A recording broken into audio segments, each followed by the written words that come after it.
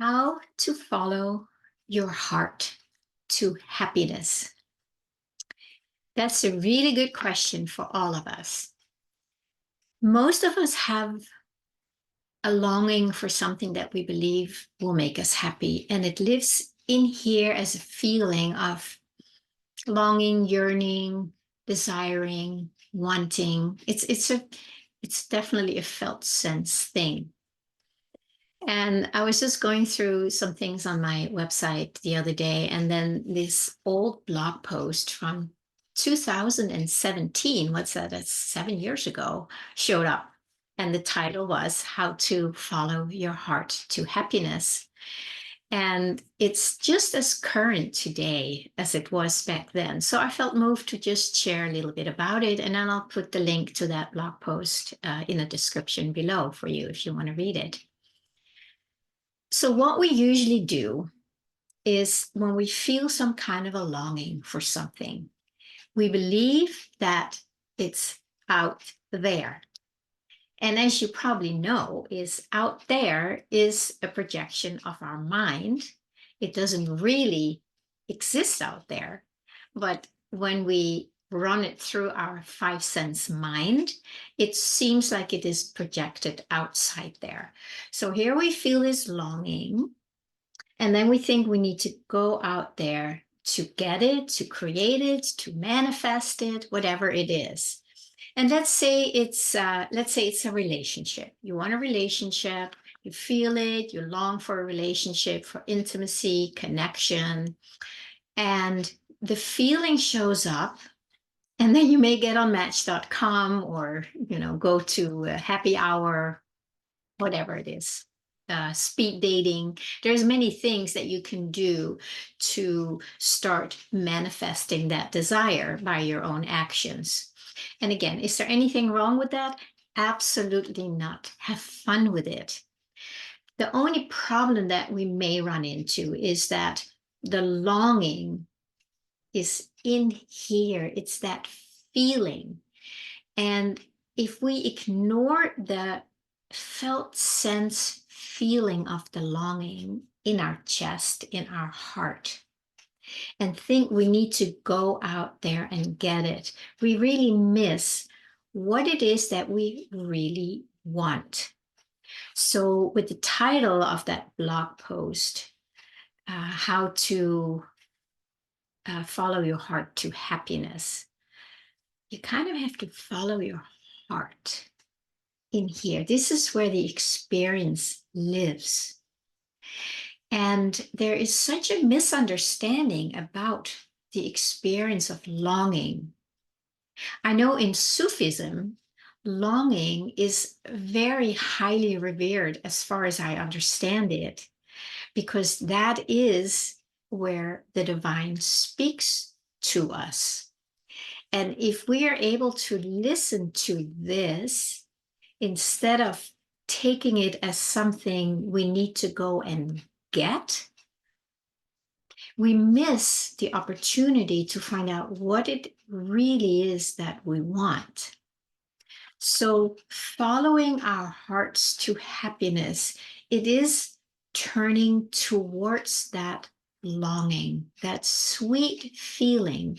If we separate the feeling from the projection of what we think we need or want, and that makes us unhappy because we don't have it. Again, we miss the point. We separate ourselves from this energetic felt sense that we can call longing or yearning, but we need to stay within that realm of experience and follow it back in.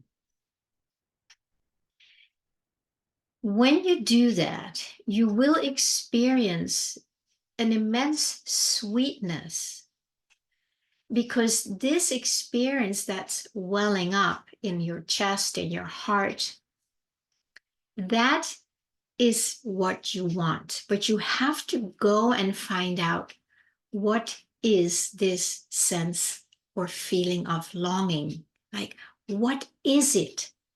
Just like I did a little video recently about not knowing. We skip not knowing and we try to get to knowing. Many times we skip this sweet sense in our chest. We skip it and leave it. So the invitation today is to turn around and be curious. It's like perk up your inner ears with curiosity. I mean, the curiosity is so precious. There's so much value in curiosity. So when you feel this feeling of longing, see if you can just pause here before you go and think what you need something, money or love or experiences. Just pause and then say, okay, there is an experience here in my chest, in my heart. And it can be very strong or it can be very subtle, but you know when it's there because it's very obvious. And I want to invite you to stay with the sensations of that longing. If this is new to you, you may need to learn how to be present with the sensations in your body. That is, not everybody has learned that. I know as a Hakomi therapist, which is what I do, what I express myself through as, there we really emphasize to stay with the sensations as the body shows them to us. And most people go to their head and they think, try and figure out what it is or try and get rid of it or analyze it. But when you go to the sensations in the body, the sensations themselves, that's a very different language than the mind's interpretation of what it means. So let's find a curiosity and say, well, what is this? There are sensations in my body. If I can just not add something to it, what it means or what is missing, but just stay with that. It is very, very sweet. There can be a sense of bittersweet in it too. But again, if you let yourself experience the bittersweetness of it, there might be a little bit of a heaviness or maybe a sadness, but don't stop there. Keep going there. Keep being curious and let it reveal what it is. So it's a matter of following the longing of your heart, and say following to your heart's, the happiness of your heart, because the heart is always happy. It doesn't know unhappiness. Unhappiness is when we move into duality and then there's happy and unhappy. But when we stay in the oneness, there is just the purity, the perfection, the joy, the happiness, which is an expression of expansion that lives in all of us. So learning to be curious about that expression, that's where you will reap the gold. That's where all the goodies lie. And it's a matter of learning to stay there long enough so you can actually reap the benefits of what it is. There might be some layers of sadness or something where you have experienced a lack, right? When we lack something, we kind of long to have it. So the longing basically includes what it is that you think you want. The longing itself is really an expression of the divine.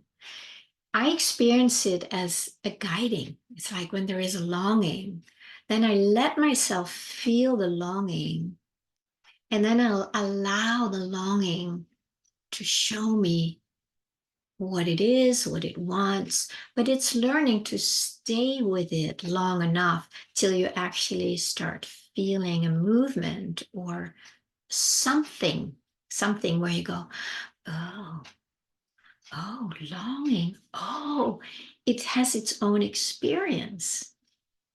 And I know from my own experience that it does take you back home capital H home, your divine home, it does take you there, because the longing, in my experience, it really feels like it's the divine calling me home. So I need to go this direction.